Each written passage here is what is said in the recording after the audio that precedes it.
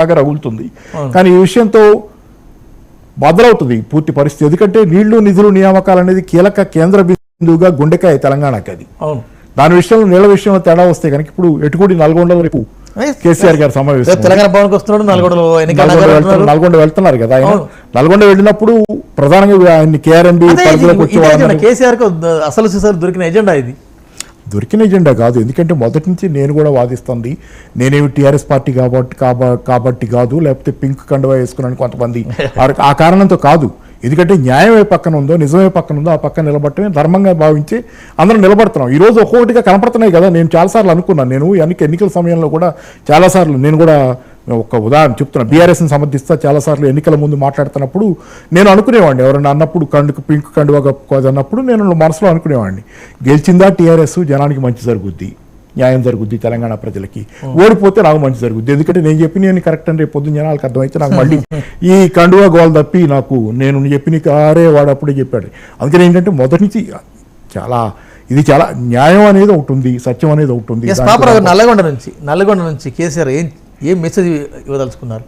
ఏముంది, మొత్తం కృష్ణా ఏరియాలో పరివాహక ప్రాంతంలో ఉన్న వాళ్ళందరినీ పిలుస్తున్నారు. దక్షిణ తెలంగాణ మొత్తం ఈరోజు నష్టపోబోతుంది అన్నది, నష్టపోయే అవకాశాలు మెండుగా కనపడుతున్నటువంటి పరిస్థితి కనపడుతుంది. మహబూబ్ నగర్ కావచ్చు, నల్గొండ కావచ్చు, అటు పక్కన ఇంకోటి కావచ్చు, ఎన్ని చోట్ల జరగబోతున్నటువంటి ఇబ్బంది ఇక్కట్లనేవి కనపడుతున్నాయి. వాళ్ళందరినీ పిలుస్తున్నారు, అక్కడ మాట్లాడుతున్నారు.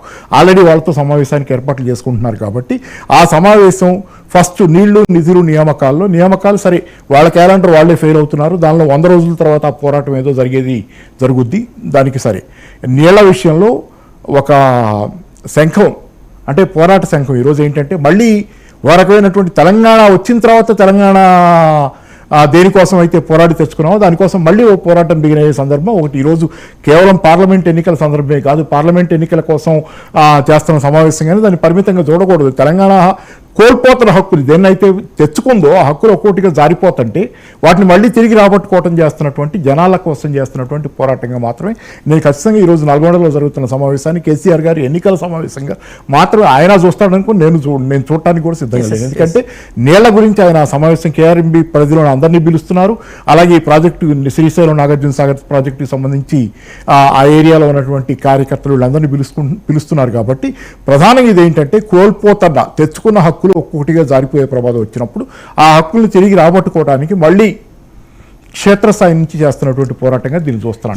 తెలంగాణలో మరో జంగు సైరన్ మోగబోతుంది, మరో అగ్గి రాజుకుంటుంది.